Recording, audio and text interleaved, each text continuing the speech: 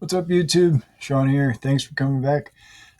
Just wanted to go over with you a little trick, a little money saver, a little do-it-yourself kind of thing. If you're watching this, then you know uh, when you're doing a guitar setup or a new build, you get your guitar nut, even if it's pre-slotted as they call it.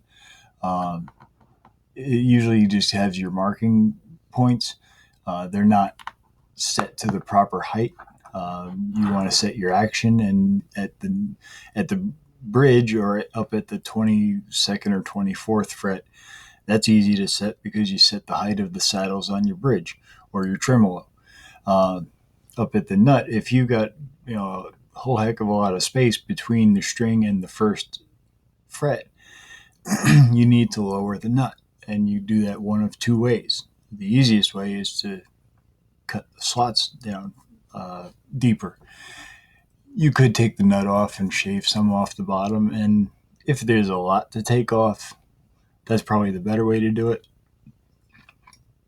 But just for fine tuning, or for building a new nut, if you're building a new nut out of a blank of bone or brass or even plastic, you got to cut your nut slots, and they should be ideally the same size or just a hair bigger than the gauge of strings that you're using. So, like in my case, my preferred gauge is the Dario XL 120 Plus, which is 9.5. It's 9.5 thousandths, and then it goes up from there. Oh, where are we here? There we go. There's the string gauges there. So for my, let's start for the high E, that's a 9.5 thousandths. You would use a 10 thousandths. If you're using tens, you would use either a 10 or maybe an 11 thousandths slot. Now, places like StewMac and Luthier Supply and all those places, they sell gauged saws or gauged files. And it's either a file or a saw that's the certain thickness that you need for each slot. You got 6 slots on a guitar, and they range anywhere from like $15 on up to whatever. So for 6 slots, you're looking at $90. And if you decide to go from 9s to 11s, because now you're a jazz guy and you want to play heavier strings, you got to recut your slots, and now you've got to buy a whole new set of files. If you're in the business, if you're selling guitars and things like that, you can absorb that cost. It's a cost of business. You can absorb it into your cost. If you're a hobbyist like me, or someone that just works on them occasionally on the side, maybe some repairs for friends, it can get a little pricey. So anyway, I went to Harbor Freight, and for $5 at Harbor Freight, you can get a feeler gauge set. And these are most commonly used in automotive, but anywhere that you need to measure a certain thickness. It's kind of like a pocket knife with a whole mess of blades on it, and each of these blades is a certain thickness, and they're marked on it in the thousandths. So like this one here is a 12 thousandths. It's marked in thousandths of an inch, and also it's marked in millimeters. So it's 0.30 millimeters, or 12 thousandths of an inch. So you would probably want to use this if you're running 11s, because you don't want it to snap into the slot. You want it to drop into the slot with half a thousandth on either side, I think is good.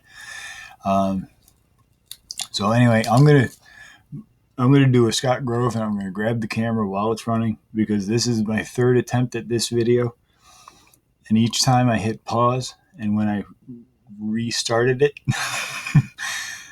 the video froze, and and everything went out of sync. So I'm just going to keep this as it is. So don't mind my shakiness.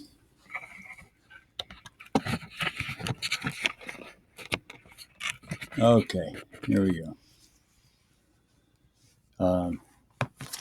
So like I said, this was about $5 at Harbor Freight. And also at Harbor Freight, I got some needle files. And this is, what is it, a set of 10. And I think this was about $8 or $10. So for $15, I can make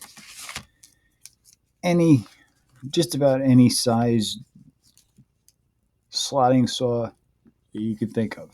I'm not going to go through this again, so I'm just going to skip the part where I do the demonstration notching. But what you do is you take the one of the needle files, and you take. Let me find my 10 thousandths. Here we go. This is what I use for my high E string. It's the 10,000. All right, there we go.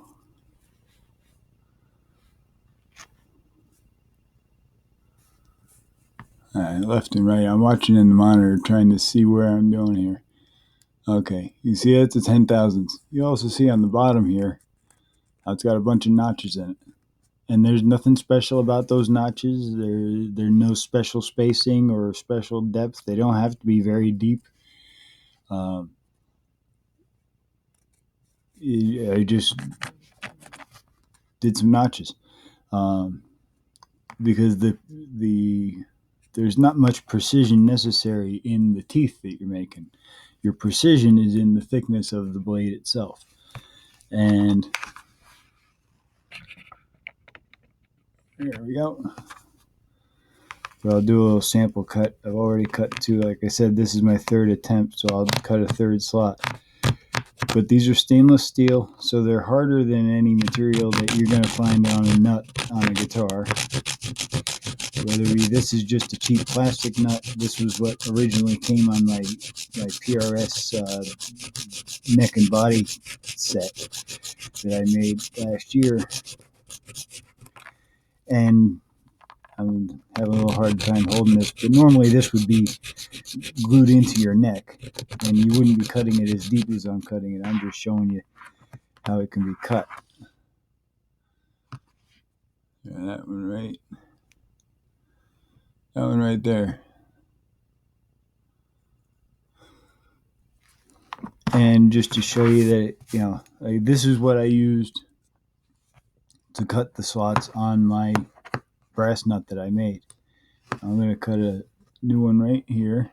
And I'm doing it, I have this partly polished. I'm going to do it on the dull side just so it makes the cuts obvious. Now, if you're making a nut out of a rectangular stock like this,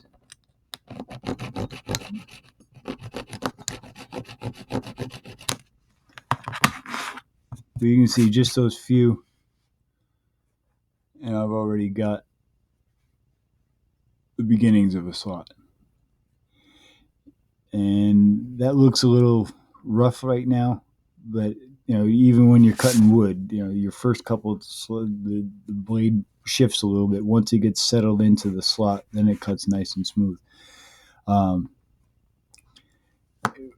You would have, if you're making it out of a blank like this, you would have it cut to width, maybe even crowned over the edges, get your profile set, and then you get your notches. And now I started every single one, all 6 with this. That gave me my beginning notch.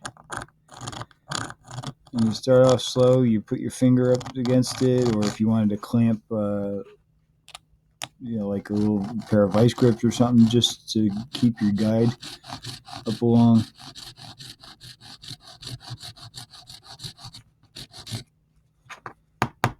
But you can see, that's a brass bar, and maybe you can't. I don't know. It doesn't show up on the camera. But the slots kind of show up on the camera. So yeah, any nut material that I've seen that would work on it. Now Gibson has their new titanium. It probably wouldn't cut titanium, or not very well anyway. But that was the only one that I've seen, and that was not really a nut in the tradition that we think of as a nut. That they call it a zero fret nut, which is kind of a hybrid. You know, your zero fret, your strings go across it, and the only purpose of the slots on that nut is to keep the you got your slot and then your string going through, and it just keeps it from shifting sideways. It's the zero fret portion of their nut. You know, there's no slot cutting necessary on that. You know, the slot doesn't have to be as accurate. So anyway, I just wanted to throw that out at you really quick.